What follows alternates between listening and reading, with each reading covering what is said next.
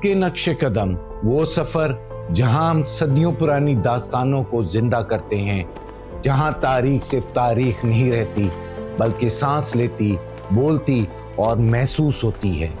मैं हूं नासिर और मेरा मकसद है आपको उन राहों पर ले जाना जहां कभी फातिहीन के घोड़ों की टापें गूंजती थी, जहां किलों की दीवारें राज सुनाती हैं और जहां माजी के नक्श कदम आज भी जमीन पर कंधा हैं। आइए इस बार हम चलते हैं उस शहजादे के साथ जिसने बचपन में तख्त संभाला, जवानी में सल्तनत खोई और पुख्तगी में एक नया जहां फतह किया। ये है ज़हीरुद्दीन मोहम्मद बाबर, पहले मुगल बादशाह की कहानी।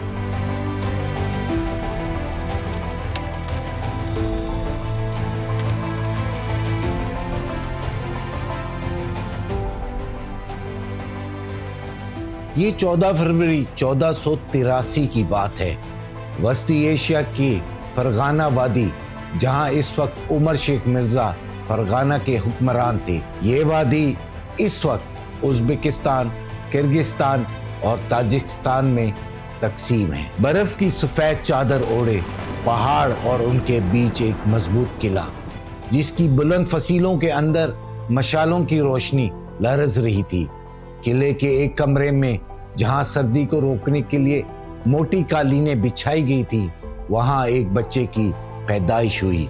ये बच्चा आम नहीं था, इसका नाम रखा गया ज़हीरुद्दीन मोहम्मद बाबर। बाबर तैमूरी खानदान के एक छोटे मगर अहम तख्त का वारिस था। इसके वालिद उमर शेख मिर्जा फरगाना के हुक्मरान एक तेज नजर रखने वाले सियासतदान और जंगजू।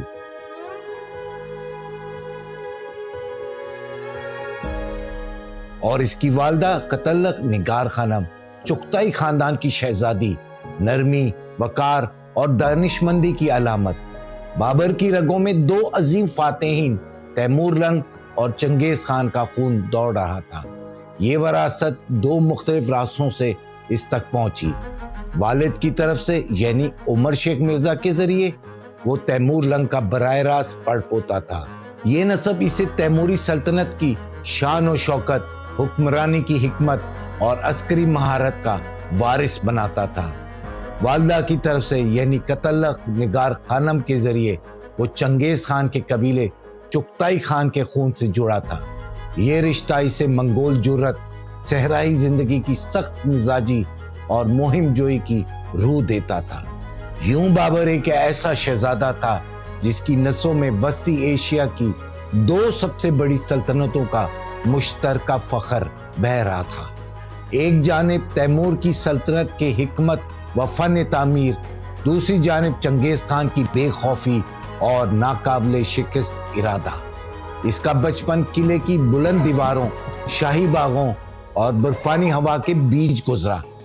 दिन का आगाज अक्सर घोड़ों की टापों, लोहे के हथियारों की झंकार और मौलम की तिलावत से होता। वो तीरंदाजी, तलवारबाजी और सिपाहीगिरी के फन में तरबियत पाता। साथ ही कुरान, फारसी अदब और तारीख के असबाक भी याद करता। लेकिन तकदीर किसी शहजादे को लंबे अरसे तक आराम नहीं करने देती।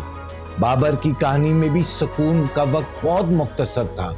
इसके लिए आने वाले साल खेल कूद से ज्यादा आजमाइशों, खतरात और इक्तदार की बेरहम कशमकश के साल थे। 1494 की एक ठंडी सुबह थी। फरगाना का किला पहाड़ के किनारे पर कायम और इसकी एक ऊंची फसील पर उमर शेख मिर्जा खड़े थे। वो अपने पसंदीदा मंसूबे का मुआयना कर रहे थे। एक नया कबूतर खाना जहां सफेद और नीले कबूतर बसेरा करते। नीचे गहरी खाई थी, इतनी गहरी कि इसमें झांकने से दिल दहल जाए। वो फसील के किनारे एक लकड़ी के तख्ते पर कदम रखते हैं। चटाख, एक खुश्क लरसती हुई आवाज गूंजती है और तख्ता टूटता है और पल भर में इनका वजूद फजा में मुहल्लक हो जाता है। अगले लम्हे वो नीचे पत्थरों पर घिर चुके थे। किले में कोहराम मच गया। सिपाही दौड़ते हुए नीचे उतरे मगर बहुत देर हो चुकी थी। उमर शेख मिर्जा फरगाना के हुक्मरान और बाबर के वालिद अपनी जान गंवा चुके थे। उस दिन एक 11 साला लड़के का बाप छिन गया और उसी दिन उसके कंधों पर तख्त और ताज का बोझ आन पड़ा। किले की राहदारियों में सन्नाटा छा गया, मगर इस सन्नाटे के पीछे ताकत की भूखी साजिशें जन्म लेने लगी। अब ये कमसन शहजादा एक ऐसी दुनिया में कदम रखने वाला था जहां रहम नहीं था, सिर्फ ताकत थी और ताकतवर ही जिंदा रहता था। बाप की अचानक मौत के बाद सिर्फ 11 साल की उम्र में बाबर को फरगाना का ताज पहनाया गया, लेकिन ये ताज सोने से ज्यादा कांटों से भरा हुआ था। एक तरफ पड़ोसी रियासतों की नजरें इस नन्हे तख्त पर जमी थी, दूसरी तरफ अपने ही रिश्तेदार ताकत के भूखे भेड़ियों की तरह घात लगाए हुए बैठे थे। किले की हर राहदारी में सरगोशियां चलती थी कि ये लड़का हुकूमत कैसे चलाएगा, क्या पता कल तख्त पर कोई और बैठा हो। बाबर के सामने सबसे पहला मसला था कि कैसे अपने ही उमरा और सिपा को अपने साथ रखे। इसने कम उम्री के बावजूद वही किया जो एक तजर्बेकार हुक्मरान करता है, दुश्मनों से सुलह, वफादारों को इनाम और बगावत के शोलों को खामोश करने के लिए सख्त फैसले किए। वो अक्सर रातों को किले की फसील पर खड़ा सितारों को देखता और खुद से कहता, सिर्फ तख्त नहीं बचाऊंगा बल्कि मैं तैमूर के वारिस की तरह जीऊंगा। इसी दौरान इसके दिल में एक ख्वाब जन्म लेता है, समरकंद। ये सिर्फ एक शहर नहीं था, ये तैमूरी सल्तनत का ताज था, वो जगह जहां उसके बुजुर्गों ने हुकूमत की थी। उसे लगता था कि अगर वो समरकंद जीत ले तो दुनिया जान लेगी कि तैमूर का वारिस वापस आ गया है। 1497 में बाबर की उम्र सिर्फ 14 साल थी। इसने एक बहादुर फैसला किया, अपने फौजी दस्ते के साथ समरकंद पर चढ़ाई कर दी। याद रखें, वो वक्त था जब इसकी उम्र के लड़के शिकार या खेल में मसरूफ होते, मगर बाबर सल्तनतों पर नजर जमाए बैठा था। मुहासरा हफ्तों चला, शहर की फसीलें मजबूत थी, मगर बाबर का हौसला इससे भी ज्यादा मजबूत था। आखिरकार मुसलसल मुहासरे से शहर के दरवाजे खुल गए और बाबर ने समरकंद को फतह कर लिया। फतह के बाद ज़हीरुद्दीन मोहम्मद बाबर ने समरकंद के किले की बुलंद फसील पर खड़े होकर इसने तैमूर के महल की तरफ देखा और महसूस किया जैसे उसका ख्वाब हकीकत बन गया हो। लेकिन तारीख का खेल अजीब है। फतह के चंद ही दिन बाद बगावतें फूट पड़ी, खेत खुश्क हो गए, अनाज नायाब हो गया और शहर में बीमारी फैल गई। बाबर ने अपने ख्वाब को बचाने की हर कोशिश की, मगर कहत और बेवफाई ने इसकी फौज को तोड़ दिया। चंद ही हफ्तों में इसे फैसला करना पड़ा, क्या समरकंद छोड़कर जान बचाना बेहतर है या जिद करके सब कुछ खो देना। और बाबर शहर से निकल आया, लेकिन दिल में एक और अज़म के साथ कि ये मेरा पहला ज़ख्म है, लेकिन मेरा सफर यहीं खत्म नहीं होगा। समरकंद से वापसी के बाद बाबर के सामने जिंदगी का सबसे कठिन दौर शुरू हुआ। फरगाना में दुश्मनों की साजिशें पहले से ज्यादा बढ़ चुकी थी। बाबर एक दिन वो एक शहर का मालिक होता और अगले दिन ही बेघर। इसकी सल्तनत शतरंज की बसात की तरफ बिखरी हुई थी, कभी एक खाना उसका, कभी कुछ भी नहीं। बाबर को अक्सर अपने बुजुर्ग तैमूर का कौल याद आता कि फातेह वो नहीं जो पहली जंग जीते, फातेह वो है जो आखिरी जंग जीते। इन्हीं बरसों में वो कंधार, आंजान और दूसरे छोटे बड़े इलाकों में लड़ता, समझौते करता और बार बार धोखा खाता, मगर हर शिकस्त इसके हौसले को तोड़ने के बजाय इससे और चालाक और मजबूत बनाती गई। और फिर 1504 का साल आया। बाबर के पास सिपा कम थी, मगर दिल में एक नया मंसूबा। उसने सुना था कि अफगानिस्तान का शहर काबुल कमजोर हुक्मरानों के हाथ में है और अगर कोई तेज कदम उठाए तो वो आसानी से फतह हो सकता है। बाबर ने अपनी छोटी सी मगर वफादार फौज के साथ बर्फपोश पहाड़ों का सफर शुरू किया। ये सफर आसान ना था। बर्फानी तूफान, बर्फ में धंसे घोड़े और भूख ने इनके सब्र का इम्तिहान लिया, मगर काबुल पहुंचते ही किस्मत ने इसका साथ दिया। شہر کے حکمران کی موت ہو چکی تھی اور اسی سیاسی افراتفری میں بابر نے کابل پر قبضہ کر لیا۔ کابل بابر کے لیے محض ایک فتح نہیں تھی، اس کے لیے ایک پناہ گاہ تھی۔ یہاں کے باغ، پہاڑ اور گزرگاہیں اس کے لیے نئے منصوبوں کی بنیاد بن گئی۔ اس نے یہاں اپنی فوج کو مضبوط کیا، توپ خانہ بہتر بنایا اور اپنے ارد گرد کے علاقوں کو قابو میں لینا شروع کیا۔ بابر اکثر کابل کی فصیل پر کھڑے ہو کر باہر اکثر مشرق کی طرف دیکھتا اور وہاں دھند اور فاصلے کے پار ایک سرزمین تھی، ہندوستان، ایک ایسی سرزمین جو دولت، اناج اور لاتعداد شہروں سے بھری ہوئی تھی مگر اندرونی طور پر ٹوٹی ہوئی تھی۔ بابر جانتا تھا کہ اس کا اگلا بڑا قدم وہی ہونا ہے۔ کابل پر قبضے کے بعد بابر کے دل میں ایک خواب مسلسل دھڑک رہا تھا، دہلی کا تخت۔ یہ صرف طاقت یا دولت کی خواہش نہیں تھی، یہ اس کے خون میں لکھا ہوا ایک دعویٰ تھا۔ اسے معلوم تھا کہ برِ صغیر اس وقت کمزور اور تقسیم شدہ حکمرانوں کے ہاتھ میں ہے۔ دہلی پر سلطان ابراہیم لودھی کی حکومت تھی، جو ایک بہادر مگر سخت مزاج حکمران تھا۔ اس کی فوج بڑی ضرور تھی مگر اس کے امراء اس کی سخت گیری سے نالاں تھے۔ پنجاب کے حصے میں مختلف افغان سردار اور مقامی گورنر قابض تھے، جن کی وفاداریاں بدلتے موسم کی طرح کبھی دہلی کے ساتھ کبھی اس کے خلاف ہوتی تھی۔ راجپوت ریاستیں، خاص طور پر میواڑ کے رانا سانگا، دہلی کے خلاف طاقتور محاذ بنانے میں مصروف تھے۔ بابر نے یہ سب دور سے دیکھا اور سمجھا یہ ایک ایسی شطرنج کی بساط تھی جہاں سب موروں کی آپس میں دشمنی ایک باہر سے آنے والے کھلاڑی کے لیے سنہری موقع تھی۔ 1519 سے 1525 کے درمیان بابر نے برِ صغیر کی سرزمین پر کئی چھوٹے مگر اہم حملے کیے۔ اس نے دریائے سندھ پار کیا، پنجاب کے کئی قلعے جیسے بھیرا اور سیالکوٹ فتح کیے۔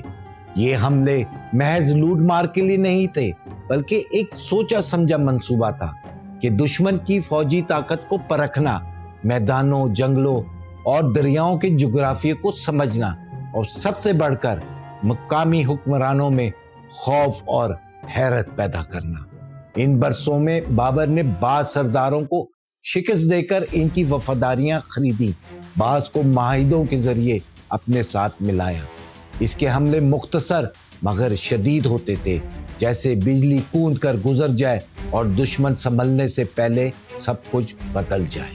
1526 کا سال آیا اور دہلی کے تخت پر سلطان ابراہیم لودھی بیٹھا تھا۔ اس کے پاس تقریباً 1 لاکھ فوج تھی مگر بابر کے جاسوس خبر لائے کہ لودھی کے امراء اس سے خوش نہیں اور اس کی سلطنت میں بغاوت کے شعلے بھڑک رہے ہیں۔ بابر صرف 12,000 کے لگ بھگ سپاہ کے ساتھ دہلی کی طرف بڑھا۔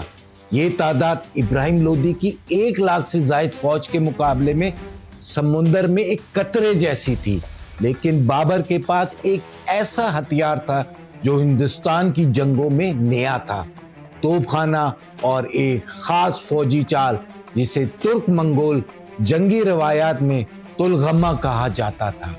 تلغمہ کیا تھا؟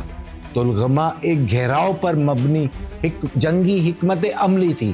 اس میں فوج کو 3 حصوں میں بانٹا جاتا، مرکزی لشکر جو دشمن کا سامنا براہ راست کرتا، دائیں بازو اور بائیں بازو جنہیں اس طرح ترتیب دیا جاتا کہ وہ دشمن کو پہلو سے گھیر لے۔ اس حکمت میں مرکزی لشکر دشمن کو الجھائے رکھتا اور اطراف سے حملہ آور دستے اچانک گھوم کر دشمن کی پشت پر جا پڑتے۔ یہ چال تیز رفتار گھوڑ سواروں، درست وقت اور مکمل آہنگی کی طالب ہوتی تھی اور بابر اس فن کا ماہر تھا۔ 21 اپریل 1526 کی صبح پانی پت کے میدان پر گھنی دھند چھائی ہوئی تھی۔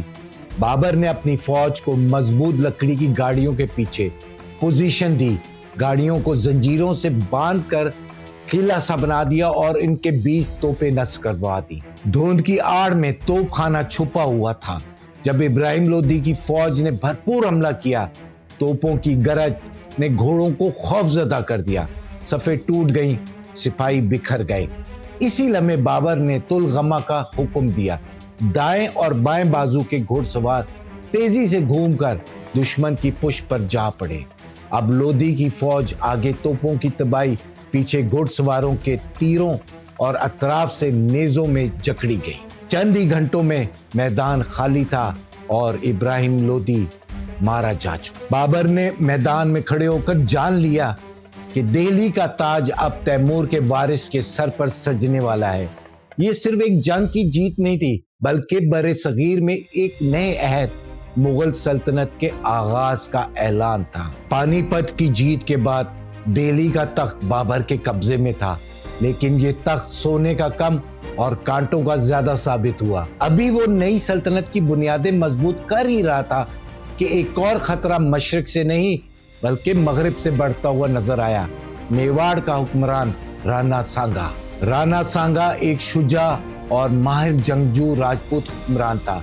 इसने बाबर की आमद को एक अजनबी हमला आवर का चैलेंज समझा और जल्द ही शुमाली हिंदुस्तान के राजपूत सरदारों और कुछ अफगान उमरा को साथ मिलाकर एक ताकतवर इत्तेहाद बना लिया। उसका मकसद वाज़ेह था, बाबर को दिल्ली से निकालकर खुद दिल्ली का तख्त हासिल करना। बाबर के जासूस खबर लाए कि राणा सांगा के पास तकरीबन 1 लाख सिपाही और सैकड़ों हाथी हैं। ये तादाद बाबर की फौज से कई गुना ज्यादा थी, मगर बाबर जानता था कि असल जंग तादाद की नहीं बल्कि हिकमत और हौसले की होती है। बाबर ने अपने सिपाहियों का हौसला बुलंद करने के लिए एक फैसलाकुन कदम उठाया। इसने शराब के मटके तोड़कर लश्कर में ऐलान किया कि ये जंग मुकद्दस है, गाजी बनने का मौका है। ये जज्बा फौज में आग की तरह फैल गया और खानवा के मैदान में बाबर ने पानीपत की तरह तोपखाना और तुलगमा की हिकमत अमली को इस्तेमाल का मंसूबा बनाया। मगर इस बार दुश्मन ज्यादा तरबियत याफ्ता और सख्त जान था। जंग के दिन धूप तेज थी, धूल उड़ रही थी और दोनों लश्करों के दरमियान फासला तलवार की धार जितना कम होता जा रहा था। बाबर की तोपें गरजी और तीरंदाजों ने दुश्मन की सफों में खलल डाल दिया। जब राजपूत घुड़सवार टूटकर हमलावर हुए, बाबर ने तुलगमा का इशारा दिया और अतराफ से घुड़सवार दुश्मन के गिर्द घूमकर इनकी पुष्ट पर जा पहुंचे। राजपूतों की बहादुरी तारीख में मशहूर है, मगर बाबर की जदीद जंगी हिकमत अमली और तोपखाने की तबाही ने आखिर इनका इत्तेहाद तोड़ दिया। राणा सांगा शदीद जख्मी हुआ और मैदान छोड़कर निकल गया। नतीजा, खानवा की जीत ने बाबर को सिर्फ दिल्ली का नहीं बल्कि पूरे शुमाली हिंदुस्तान का बिला शिरकत गैरे हुक्मरान बना दिया।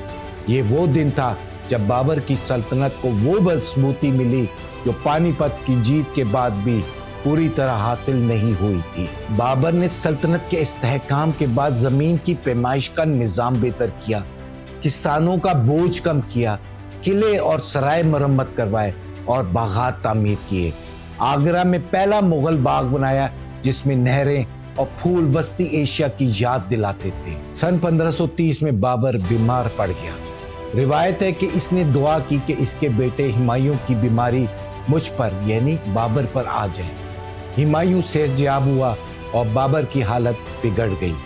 14 दिसंबर 1530 को सिर्फ 47 साल की उम्र में बाबर का इंतकाल हुआ। वसीयत के मुताबिक इसे काबुल के एक बाग में दफन किया गया, जहां आज भी इसका मज़ार मौजूद है। ज़हीरुद्दीन मोहम्मद बाबर की जिंदगी बचपन के तख्त, जवानी की शिकस्तों और पुख्तगी की फतवात की कहानी थी। वो सिर्फ एक फातेह नहीं बल्कि एक शायर, मुसव्विर और ख्वाब देखने वाला बादशाह था।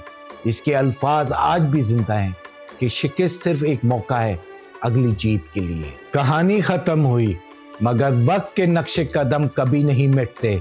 आज हमने बाबर का सफर तय किया, फरगाना के बर्फपोश किले से दिल्ली के सुनहरी तख्त तक। अगर आप भी चाहते हैं कि ये सफर जारी रहे और माजी के और दरवाजे खुले, तो हमारे साथ जुड़े रहिए, क्योंकि वक्त के नक्शे कदम पर अगला कदम शायद वही हो जो आपने कभी सोचा भी ना हो।